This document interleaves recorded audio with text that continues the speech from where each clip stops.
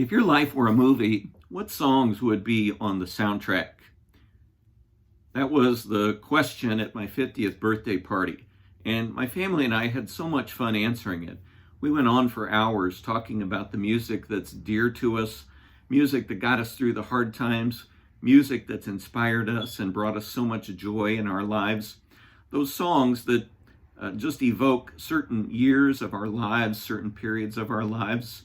I think it's a great question, and I encourage you during this sheltering at home to have that conversation with people you love. It's kind of a fun thing to think about. In my last video, I talked about my grade school and high school years. I'm going to cover my college years and graduate school years and some years after graduate school when I took a break. So the first song on my list is by the inimitable Devo, a song called Through Being Cool. Devo are known for defying most conventions, and when they threw down that they were not going to be cool anymore and weren't going to care about it, that song just really resonated with me. It's a great tune from the New Traditionalists album, and I think it's not just fun. I think they mean every single word. The next song is a super fun one by Adam and the Ants. Adam and the Ants have their own sound. It still sounds great to me today. And when you're young and in college, you have car trouble. It's just a part of life. And that Adam and the Ants have a song called Car Trouble, and it's actually about car trouble, at least as far as I can tell, makes them so awesome to me. It's a fun song, and it really rocks too. Great drums.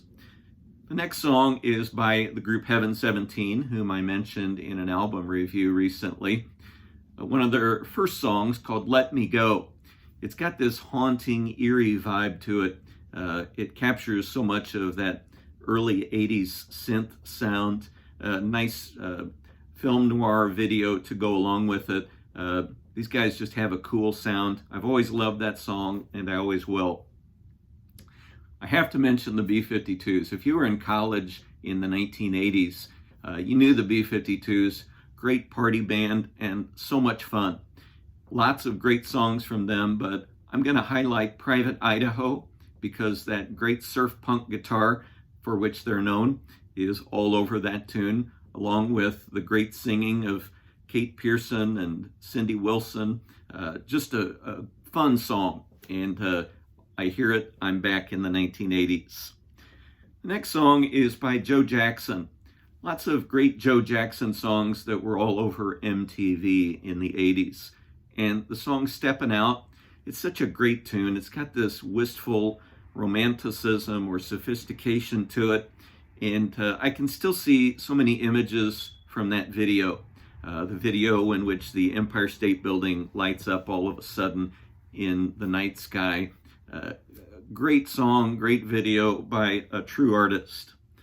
The next song is by Echo and the Bunnymen, The Killing Moon. It's one of those great songs, again, when you're a young person trying to come to terms with what you're called to do with your life and all the struggles that are part of that soul searching you go through, especially in college and beyond. Finding your direction and making peace with it. Echo and the Bunnymen sing about it in such a dark but powerful way. Missing Persons. I loved Missing Persons back in the 80s. Some great videos, and the song Destination Unknown, again, really captures that search for identity and trying to find your way in the midst of so much that is indeed unknown. Dale Bozzio, the lead singer, was just this striking figure. Her brother Terry played the drums. Awesome drummer, Warren Cucurullo, awesome guitarist. They made some great music, and it really sounds like the 80s. Spring Session M, their first album, was a classic for me in the 1980s. Another great 80s band, Wall of Voodoo, the song Mexican Radio. It makes me laugh. It's a fun song, and these guys, I think, really do embody the Southwest so well. Little known fact, I was playing trivia with a bunch of priests at a priest gathering, and the question was, Which 80s group's song's video ends with the lead singer's face appearing through a bowl of pinto beans? Wall of Voodoo. I knew it. I think I was the only guy in the room who knew it, and I was proud of it. The next song is by Tears for Fears. They became mainstays in the 1980s, and lots of great albums and songs from them, but Everybody Wants to Rule the World. Love that song. It's an upbeat song, and I think it really expresses something about all of us, that we're all trying to find our best self and our best life. And Tears for Fears went from being a pretty dark group to a group that were looking for a more positive sound and direction. And I think they really expressed it on that song well. The last song from my 80s sojourn has to be from They Might Be Giants. They have thousands of fun songs and are so much fun live. I would highly recommend checking out the catalog of They Might Be Giants, especially if you need to laugh and you want some education. There are a couple of very smart guys. They're clever, they're funny. The song Birdhouse in Your Soul, it's just irresistible. A great tune, and one of the best songs from They Might Be Giants, and that is saying a lot. So that's my tour through the 80s, my college years and graduate school, and a couple of years even beyond. And that's the next part of the soundtrack of my life.